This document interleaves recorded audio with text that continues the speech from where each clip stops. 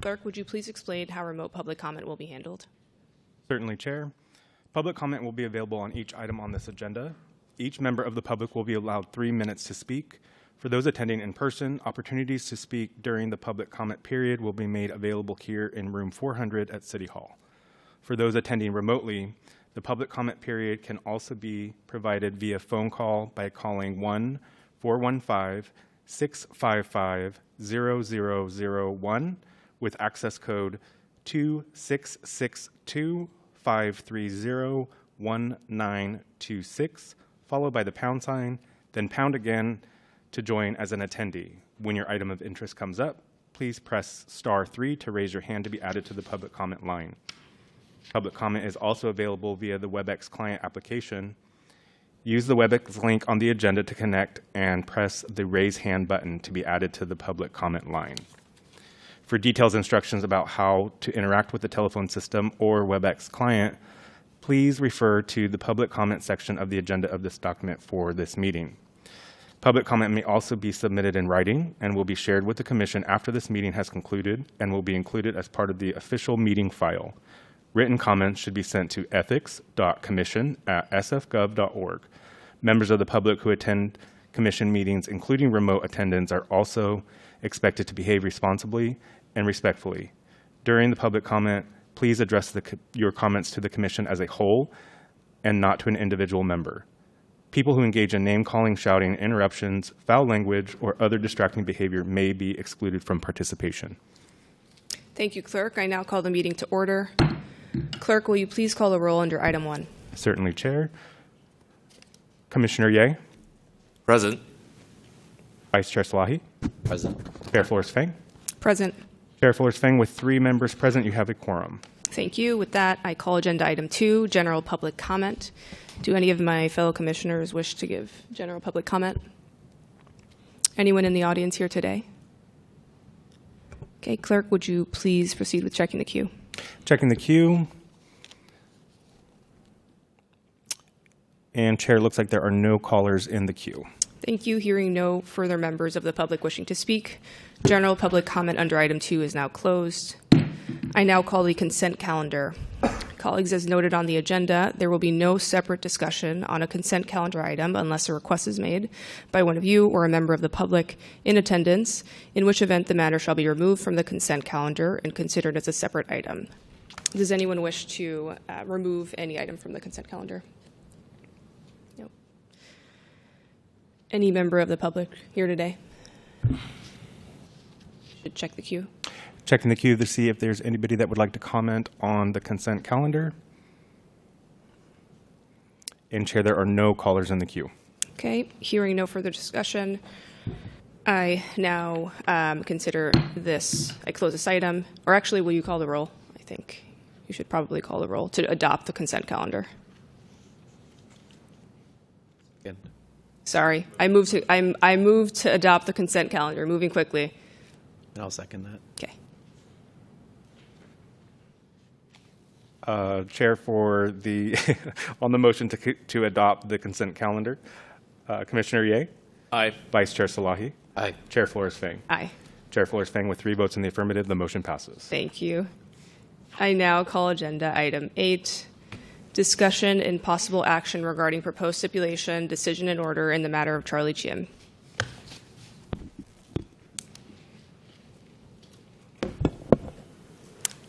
Thank you, Chair. Good morning, Commissioners. For the record, my name is Bailey Bryant, Senior Investigator and Legal Analyst for the Enforcement Division, appearing on item 8, which is the proposed stipulation in the matter of Charlie Chiem, which is SFEC case number 24787. Commissioners, as you are well aware, this matter pertains to 19 violations related to misuse of city resources and prestige of office for personal gain, incompatible activities, and violations of the bribery and restricted source gift laws. Over the course of this investigation, the Enforcement Division identified a long-running pattern of misuse of city time, systems, and status by former SFMTA IT employee Charlie Chiem. Particularly between 2021 and 2024, respondent used his city resources for personal benefit, misrepresented his official role in order to gain privileged access to private events and accepted thousands of dollars in gifts from businesses seeking SFMTA contracts. These actions constituted 19 distinct violations of city ethics laws. Initially unable to reach a settlement agreement with respondent, in December 2025, the Enforcement Division initiated a hearing on the merits, as you're well aware. This hearing was scheduled for last month's meeting, held on February 13th. And per enforcement regulations, the Enforcement Division delivered hearing briefs and 22 exhibits to each of the commissioners, as well as to respondent via first-class mail and electronically. Respondent did not reach out to the Enforcement Division, but appeared at the February Commission meeting and indicated a willingness to revisit settlement discussions with the Director of Enforcement and investigators.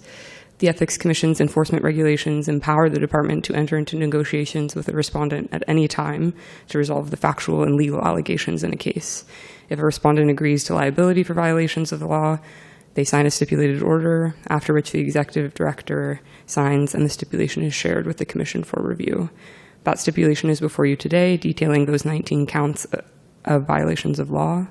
Counts 1 through 3 relate to respondent's misuse of city resources by attending webinars on city time, his use of city email in order to register for these webinars, and his use of city systems to create additional city emails under alias names in order to attend webinars at multiple times at the same time.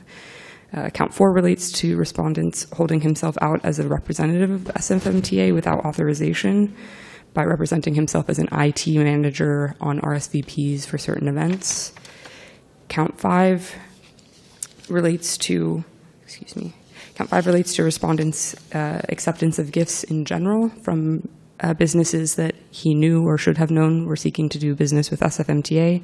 And counts 6 through 19 relate to the individual gifts accepted, which were tickets to sporting events and related memorabilia, food, alcohol, clothing, things of that nature. The Enforcement Division has concluded that this conduct represents severe and repeated violations of public trust and has agreed upon administrative penalties totaling $42,611. That is the maximum penalty of $5,000 for counts 1 through 5, and 2 times the amount respondent was enriched for each of the gifts accepted in counts 6 through 19. We believe this settlement amount is appropriate given the nature of these violations and request that the Commission approve this settlement agreement. I'm happy to answer any questions you may have as well. Thank you. Thank you. And thank you for all of your work in moving this along efficiently and effectively. I know that things changed pretty rapidly at the last meeting, so thanks for doing that. Of course. I don't have any comments. I don't know if my fellow commissioners do. I have a couple. Thank you so much. And I just want to commend the ethics staff for an incredible job working up this investigation. Thank you. It's very thorough, and I think it's an egregious example of misconduct and abuse of office by a city employee. I had just a couple of questions. One is not specific to the stipulation, but whether there was anything that the enforcement staff learned in the course of the investigation that might inform the future ability to detect these things sooner. It seemed like this pattern was ongoing for quite some time, and at least some things might have fallen outside of the statute of limitations here.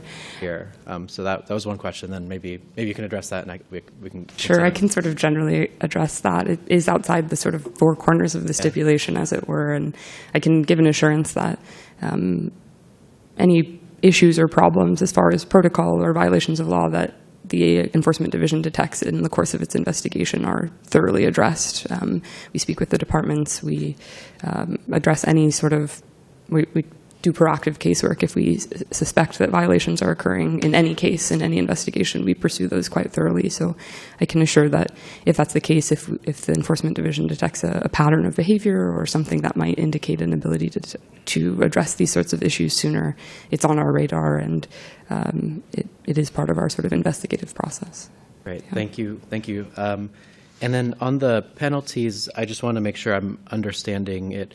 In theory, for counts 6 to 19, the maximum would have been $5,000 per penalty. That's correct. So the approach that we're taking is instead tied to the illicit value gained, and then putting a penalty on top of that, which is if you think you're getting a benefit, you're going to lose 2 times that amount.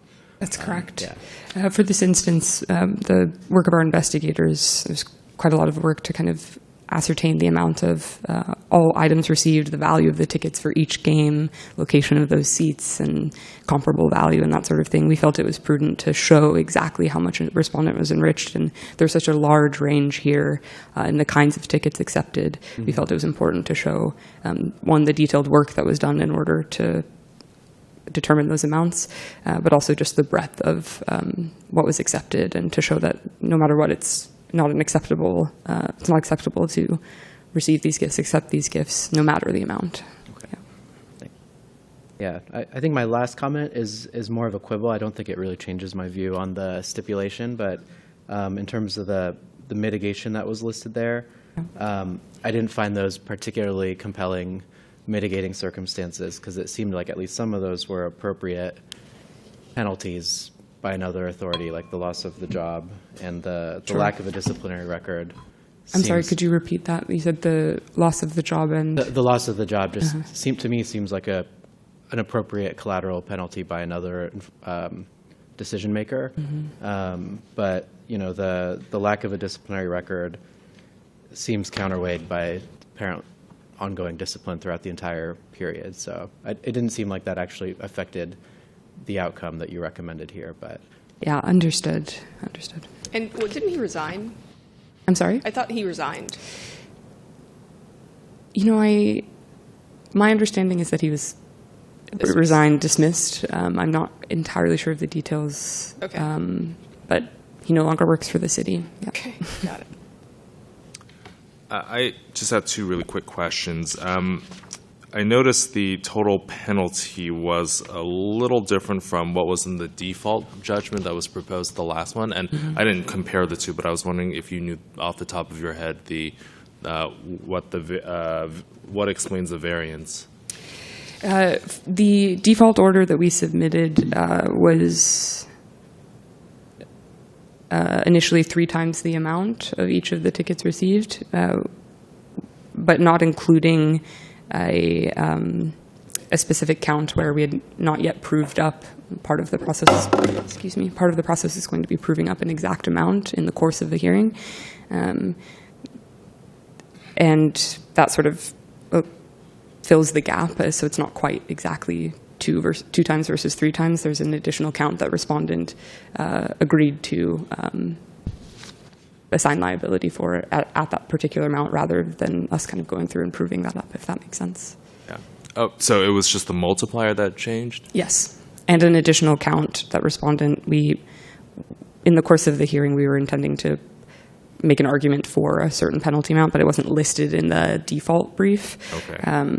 But in the stipulated settlement, that amount was just agreed to by the respondent rather than having any debate. Okay. Thank you. Yes. Any other questions, comments? Public comment. Thank you very much. Thanks, Commissioner. Seeing no one in the room, would you please check the queue? Chair Flores Fang, we're checking the queue to see if there's any callers that would like to comment on item 8.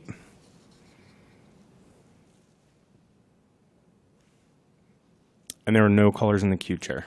Okay. Do I hear a motion to approve the proposed stipulation proposed by the staff and agreed to by the respondent, directing payment of a total of $42,611 in penalties?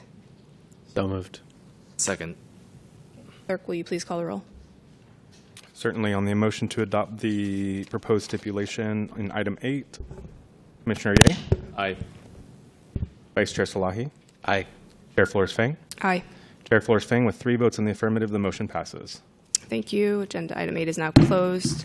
I now call agenda item 9, discussion and possible action regarding proposed amendments to Ethics Commission's Streamlined Administrative Resolution Program. Charlie?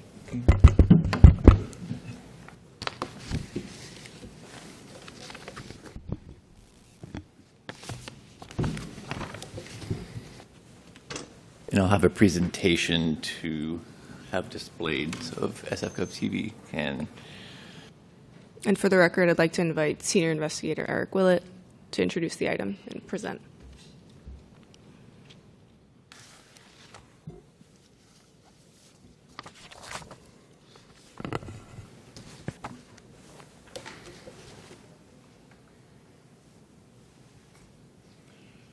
Thank you, Chair. Commissioners, for the record, my name is Eric Willett, Senior Investigator with the Commission's Enforcement Division. Today I'm going to give a short presentation in support of Agenda Item 9, proposed amendments to the Streamlined Administrative Resolution Program. The purpose of my presentation is to provide an overview of the Commission's SARP program and to advocate that Commissioners adopt the proposed amendments as drafted or provide additional guidance to those amendments. This guide will include an introduction to SARP as well as an overview of the proposed amendments. SARP has its roots in a 2013 fixed penalty policy that originally included 5 provisions of law within the Campaign Finance and Reform Ordinance, and it established an accelerated resolution process according to scheduled or fixed penalties. In 2021, the Commission adopted a significantly expanded fixed penalty program under SARP, and that included 41 provisions of law across 3 articles of the Campaign and Governmental Conduct Code. SARP's objectives are to incentivize prompt compliance, facilitate efficient case resolution, and promote consistent enforcement outcomes across simple and straightforward matters that are often strict liability provisions of law. Ultimately, SARP allows the Enforcement Division to devote resources to the investigation and resolution of matters of more severe or significant violation types while still being able to address minor or moderate violations of law across nearly all of the Commission's program areas that we administer.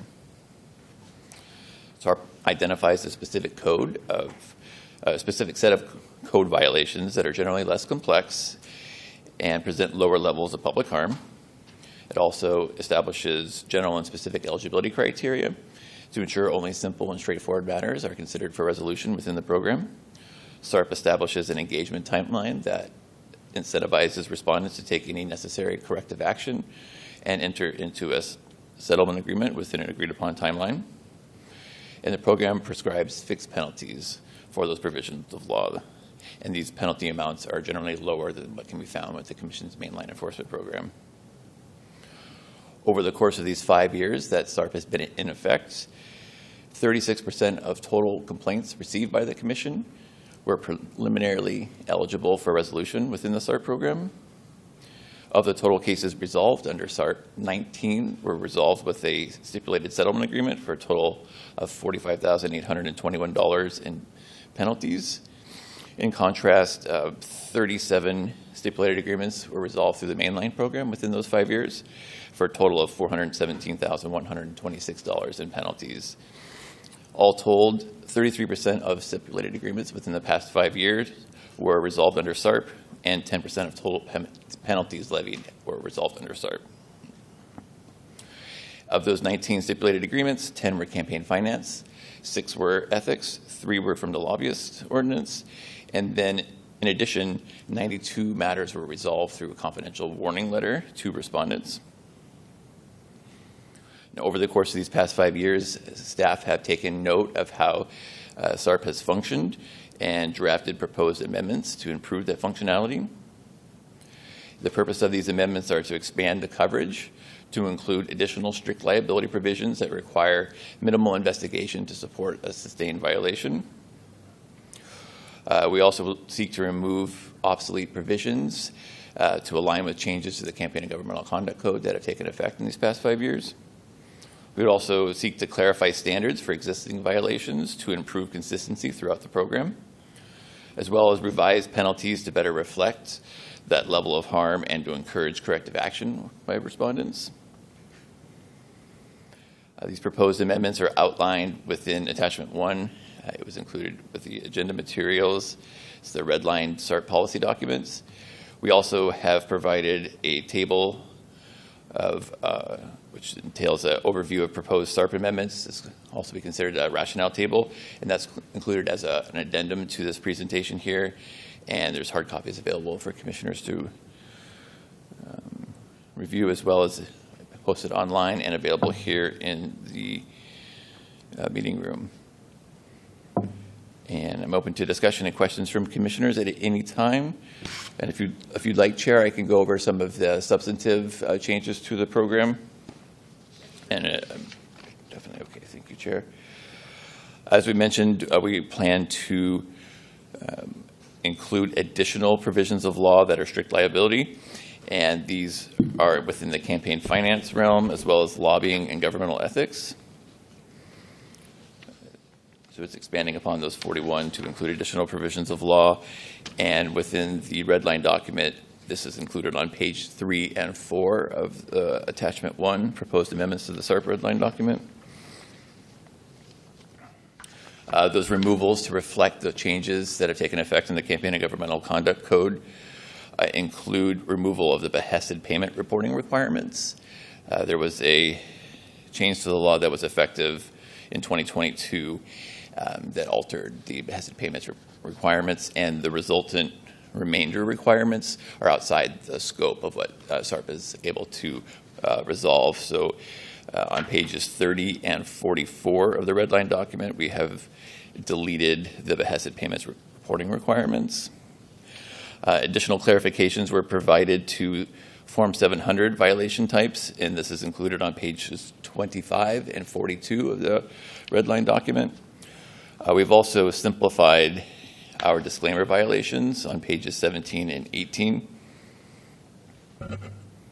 and then made changes to contribution and expenditure thresholds that are located on page 6 of the red line document. And a significant change that is consistent throughout the entire program is the timeline. Originally, SARP envisioned 30, 60, and 90 days for a respondent to take any corrective action and to enter into a stipulated agreement with the Commission. We now propose 30 days, 45, and 60 days. It's been our experience with the operation of the program that respondents who will engage within that 60-day timeline, and those who are ultimately not going to engage with the program, additional 30 days has not made a difference in their participation with our program. So that 30, 45, 60 days is proposed within these amendments.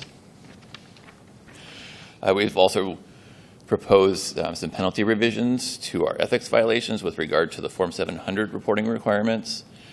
It's been our experience that the penalties in the initial SARP documents did not accurately reflect the severity of those reporting violations, and we proposed to reduce those to $200, $350, and $500 as opposed to the original $500, $700, $900. And then a new addition would be to cap all SARP violations at $1,000 if a respondent fails to engage with the program within that 60 or 90-day period. We would still resolve it under the guidelines of SARP, but outside of those incentivized penalty amounts. So we would cap it at $1,000, which is beyond what the respondent would be eligible for if they had engaged timely with the program. There's additional non-substantive changes. We included some, corrected some spelling errors and some capitalization throughout the program documents.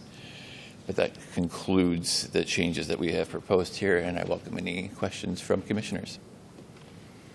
Great, that was very thorough. Thank you. I allow my fellow commissioners to ask any questions. I don't have too many. Thank you, Chair. A couple questions. Thank you for the presentation. I was just curious about some of the specific factors indicating potential for warning letter have included revisions, removing things like no history of similar things in the past, and I just wanted to hear a little bit more about the thinking behind that. Certainly. Thank you for the question, Commissioner Salahi. It's our experience that the general eligibility requirements are sufficient to subsume the previous exclusion requirement for the timeliness or the history. So we figured that if there is a history of noncompliance with our provisions of law covered within SARP, that would be something that outside the scope of what SARP could handle as a general eligibility requirement, which is the public harm in those matters would be outside the scope. So it would be I see. So does that leave it to the staff's discretion whether they think SARP is still appropriate when somebody has prior failures to file like a disclosure requirement or register? Yes, Commissioner, it would. So in the matter of the history of non-filing, it would allow us to have flexibility there, so we're not beholden to like how many reporting. Is that reporting? Does that timeline include years, or is it multiple reports? We figured that the flexibility there would allow us to apply whether or not that was still within the level of public harm that can be resolved within the Commission Streamline program. Thank you. I mean, I think these all seem reasonable to me. The only real comment, it isn't really a substantive one, but I think in here there was a proposal to keep these on the stat matters on the consent calendar moving forward, or, so not adding it to the regular agenda, but I don't think that's something that we necessarily have to decide here. I think that's something that Executive Director and I can decide at our discretion when we draft the agenda moving forward. So I don't know that we were going to address it directly, but I just wanted to make that comment. Thank you, Chair. Yeah, that's my understanding as well. And just one more process question. You mentioned in the memo that there were some interested party meetings, and I was just curious if through the course of that there were any concerns expressed that are not reflected in the changes that are being proposed today. Commissioner Slahi, you're correct that we did hold interested persons meetings. We held 2 last year. They were attended solely by the Municipal Executive Association representatives from that MEA union, and they did provide comment to the proposed amendments, and staff did take note of their comments and included it as appropriate. I think primarily, it's my understanding that their primary concern is that we preserve the due process rights of any respondents, and this program is a guideline for resolution of matters that go through settlement agreement. So the respondent is not precluded from still exercising their probable cause rights and a hearing on the merits if they so desire. This merely is a suggestion on how we resolve specific matters through settlement. Okay, thank you. So as far as you know, there's no opposition to the proposed revisions today from those parties? Correct, yes. There was nothing specific that was called out as something that they would have issue with these proposed amendments. Thank you. Great, thank you so much. Chair, thank you, Commissioners. Anyone in the public here today who would like to give public comment on this item? Okay, seeing no one, would you mind checking the queue? Chair Flores-Fang, we're checking the queue to see if there's any callers to speak on item 9. And there are no callers in the queue, Chair. Okay, do I hear a motion to approve the proposed amendments to the Ethics Commission's streamlined administrative resolution program? I'll move to approve the amendments. Second. Thank you. Clerk, will you please call the roll? Certainly. On the motion to approve the proposed amendments to the streamlined administrative resolution program, Commissioner Ye? Aye. Vice Chair Salahi? Aye. Chair Flores-Fang? Aye. And Chair Flores-Fang, with 3 votes in the affirmative, the motion passes. Thank you. Agenda item 9 is now closed. I now call agenda item 10, discussion and possible action on items for future meetings. Is there any commissioner who wishes to offer an item? Anyone in the public here today who wishes to give public comment on this item? Chair, we're checking the queue Thank to see you. if anybody is in the queue to comment on item 10. And there are no callers, Chair. Okay. Public comment on item 10 is now closed. I now call agenda item 11, additional opportunity for general public comment. Anyone here today who'd wish to give public comment? Seeing no one, can you please check the queue? Checking the queue one more time to see if there's anybody that would like to speak on item 11. And there are no callers, Chair. Public comment, and item 11 is now closed. I now call agenda item 12, adjournment. Thank you. This concludes the March 13th, 2026 meeting of the San Francisco Ethics Commission. Your record. Yeah. I'm going to call Ty. I'm going to text him right now.